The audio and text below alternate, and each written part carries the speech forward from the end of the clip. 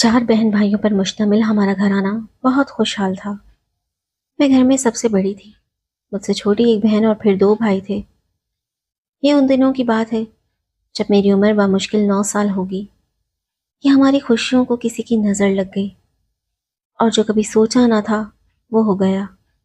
ماں، جو بچوں کی خاطر بڑے بڑے خطرے مول لیتی ہے، جس کے قدموں تلے جنت ہے، ہماری زندگیوں کو جہنم بنا کر رات کی تاریکی میں جانے کے آشیانے کی تلاش میں کسی بدقسمت شخص کے ساتھ چلی گئی۔ اس اچانک آفات پر میرا باپ کسی کو منہ دکھانے کے قابل نہ رہا۔ میں چونکہ گھر میں بڑی تھی، اب بھی نہ سمجھی کی عمر تھی، لیکن ایسی بھی نہ سمجھ نہ تھی کہ لوگوں کی طنزیہ نگاہوں کو نہ پہچان سکتی۔ میرا 2.5 سال کا چھوٹا بھائی، جس نے ابھی امی کہنا سیکھا تھا، ماں کے جانے کے بعد اس لفظ کے معنی ہی کھو بیٹھا۔ وہ اپنی توتلی زبان میں خالی گھر میں ماں ماں پکارتا رہتا۔ اس سے بڑا بھائی نگاہوں میں امید لیے صرف اس لیے دروازے کی طرف تکتا رہتا کہ شاید ابھی ماں آ جائے، مگر اس طرح سے جانے والے لوٹ کر کب آیا کرتے ہیں؟ ابو نے سوچا شاید وہ کہیں کھو گئی ہے یا اغوا ہو گئی ہے اور جلد واپس آ جائے گی۔ ہر جاننے والے اور رشتہ دار کے گھر جا کر پتہ کیا، اسی امید پر کہ بچے ماں کی شفقت سے محروم نہ رہیں، مگر ہر جگہ سے یہی جواب آیا کہ آئی تو ضرور تھی، مگر کچھ رقم ادھار لے کر چلی گئی۔ ایک ماہ اس آس میں گزر گیا۔ اس دوران ہم بہن بھائی چچا کے گھر رہنے لگے اور ہمارا باپ اسے تلاش کرتا رہا، یہ معلوم ہونے کے باوجود کہ وہ اغوا نہیں ہوئی تھی، نہ لاپتہ تھی، بلکہ اپنے کسی آشنا کے ساتھ فرار ہو گئی تھی۔ ادھر وہ اپنی عیاشیوں میں مگن تھی، ادھر میرا باپ اس کی تلاش میں وقت گنوا کر اپنا روزگار بھی کھو بیٹھا۔ اب نوبت فاقوں تک آ گئی تھی۔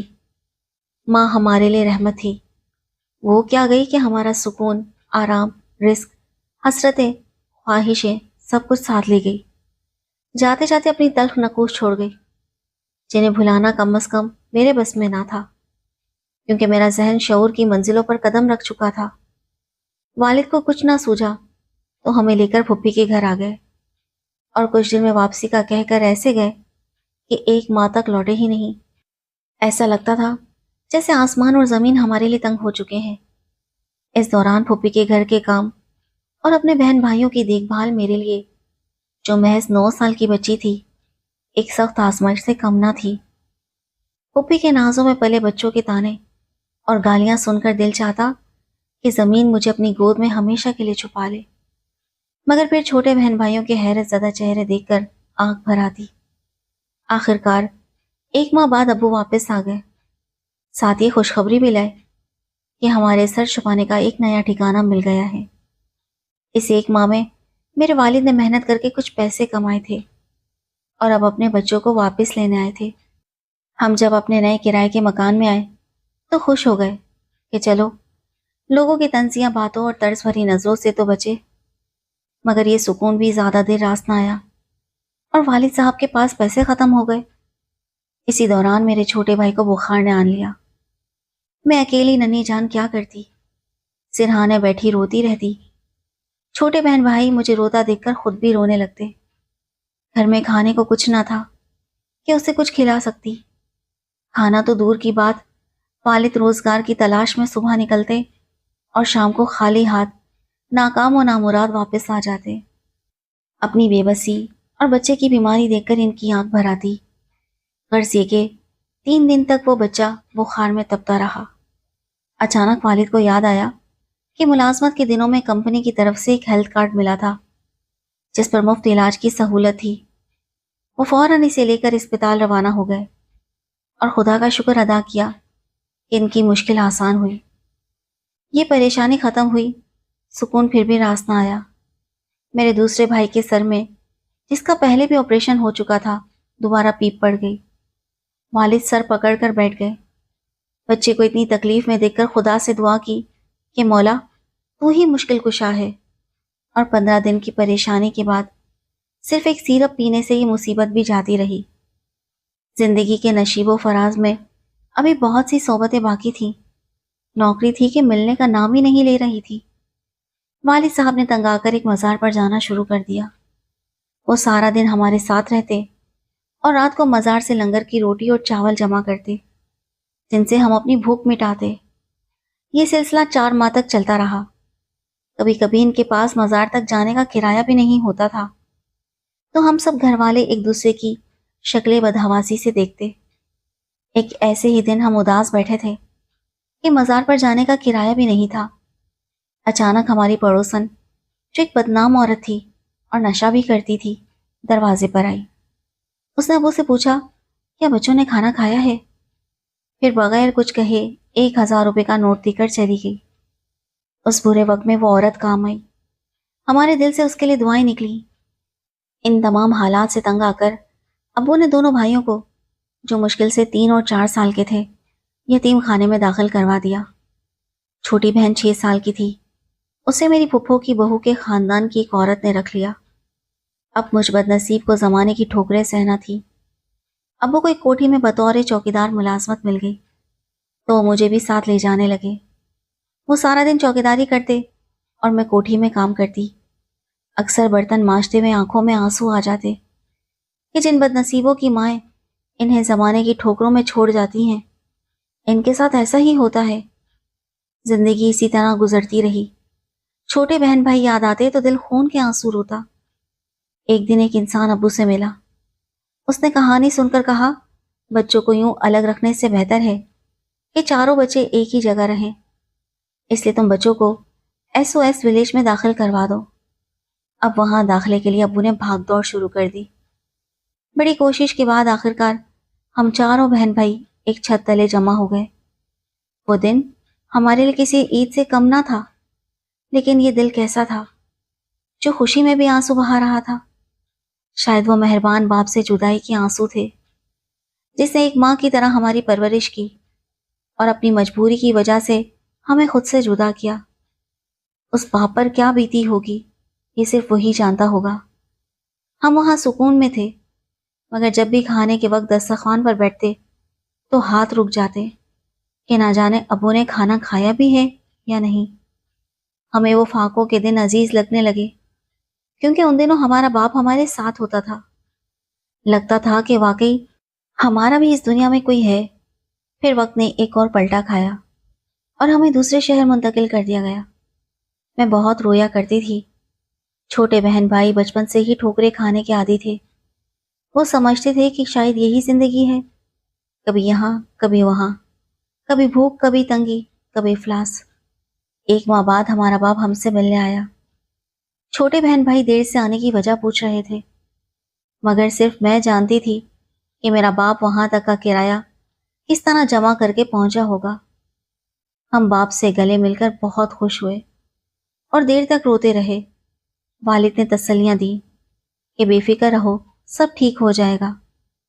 ہم سب روتے روتے چپ ہو گئے اور دعاؤں میں لگ گئے۔ یہاں ہم بہن بھائی دوبارہ اسکول جانے لگے اور وقت پڑ لگا کر گزرنے لگا۔ 3 سال بعد گرمیوں کی چھٹیوں میں پہلی بار والد ہمیں گھر لے کر آئے تو میری آنکھیں دھندلا گئی۔ گھر میں ایک عورت کھانا پکا رہی تھی۔ پوچھنے پر معلوم ہوا کہ یہ ہماری دوسری ماں ہے، جس باپ کے لیے ہم نے دعائیں کی کہ اللہ اسے اتنے پیسے دے کہ وہ ہمیں گھر واپس لے جائے۔ جب اللہ نے اسے وسائل دیے تو اس نے ہمیں گھر لانے کے بجائے ایک نیا ساتھی تلاش کر لیا۔ وجہ یہ تھی کہ ابو کو سنبھالنے والا کوئی نہ تھا، نہ کوئی جو کہ دیکھ بھال کرے، نہ کھانا بنائے۔ بہن بھائی سب اپنی گھریلو زندگی میں مگن تھے، لہٰذا پھپھو نے ان کی دوسری شادی کروا دی۔ اب ابو نوکری بھی کرتے، گھر بھی سنبھالتے اور ہمیں ملنے بھی آتے۔ عید پر ہمارے لیے کپڑے اور چیزیں لاتے۔ جس گھر سے بچھڑے تھے اس کی یادیں ستاتی تھیں۔ دل میں ایک ہی خواہش تھی کہ کاش ہم بھی باپ کے ساتھ رہ سکتے، لیکن ایسا ممکن نہ ہو سکا کیونکہ بچوں کی خوراک، تعلیم اور کپڑوں کا خرچ 2 افراد کے خرچ سے کہیں زیادہ تھا اور ان کی آمدنی محدود تھی۔ ہماری نئی ماں بہت اچھی تھی، خیال رکھنے والی، نرم مزاج اور محبت کرنے والی، مگر مجبوریاں ہر جگہ انسان کو گھیرے رکھتی ہیں۔ ان کی بھی کچھ مجبوریاں تھیں۔ میرا ذہن ان حالات میں بالکل کام کرنا چھوڑ چکا تھا۔ میں اپنے باپ کی جدائی میں کڑتی رہتی تھی۔ اس غم نے مجھے ذہنی طور پر مفلوج سا کر دیا۔ 5ویں جماعت میں 3 سال لگانے کے بعد مجھے واپس گھر بھیج دیا گیا۔ میں بہت خوش تھی۔ امی اور ابو بہت خیال رکھتے تھے، مگر نہ سمجھی کی عمر میں یہ بھول گئی کہ بدنصیبی ہمیشہ سے میرے تعاقب میں ہے۔ میں شروع سے ہی بہت حساس تھی، ذرا سی بات دل سے لگا لیتی۔ سمجھدار ضرور تھی، مگر وقت کے ساتھ ضدی اور چڑچڑی بھی ہو گئی تھی۔ باپ کی محبت کا بٹوارا مجھ سے برداشت نہ ہوا۔ اگر ابو تھوڑی توجہ دیتے تو ان کی جیون ساتھی ناراض ہو جاتی۔ اگر وہ مجھے چھوڑ کر ماں کے پاس بیٹھتے تو میرا دل رونے لگتا۔ یہی بات ماں اور میرے درمیان اختلاف کا باعث بنی اور وہ مجھ سے بدظن ہو گئی۔ آخرکار باپ نے ماں کی خواہش کا احترام کرتے ہوئے روز روز کے جھگڑوں سے تنگ آ کر مجھے غصے میں آ کر پھپھو کے گھر چھوڑ دیا۔ وہاں مجھے بظاہر سکون ملا، مگر میرا ضمیر گواہی نہیں دیتا تھا کہ اپنے باپ اور اپنے گھر کے ہوتے ہوئے رشتہ داروں کے در پر پڑی رہوں۔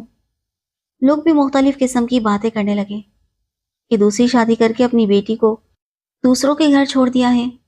آخر ان تمام باتوں کو سوچ کر میں نے ایک بار پھر SOS کا سہارا لیا اور یہاں مدر بن گئی۔ 16 سال کی ایک ننھی بن بیاہی مدر جو اپنے جیسے بے سہارا بچوں کو بڑی بہن اور ماں جیسی شفقت دیتی ہے۔ ان کا کام کر کے دل کو سکون ملتا ہے۔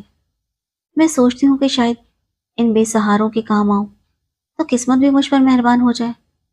اب میں یہاں ہر طرح کے سکون میں ہوں۔ کھانے پینے، رہائش اور کپڑوں کا کوئی مسئلہ نہیں۔ کوئی ایسا جھگڑا نہیں جو میرے سکون کو برباد کرے۔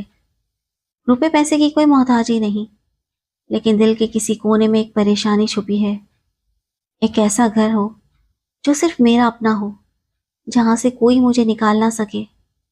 کبھی تو میں اپنوں کی چھاؤں میں سکھ کا سانس لے سکوں۔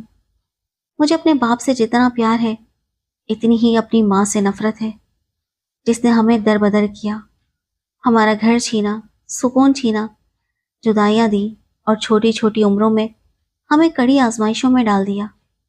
آپ سب دعا کریں کہ خدا مجھے سچی خوشیاں دے۔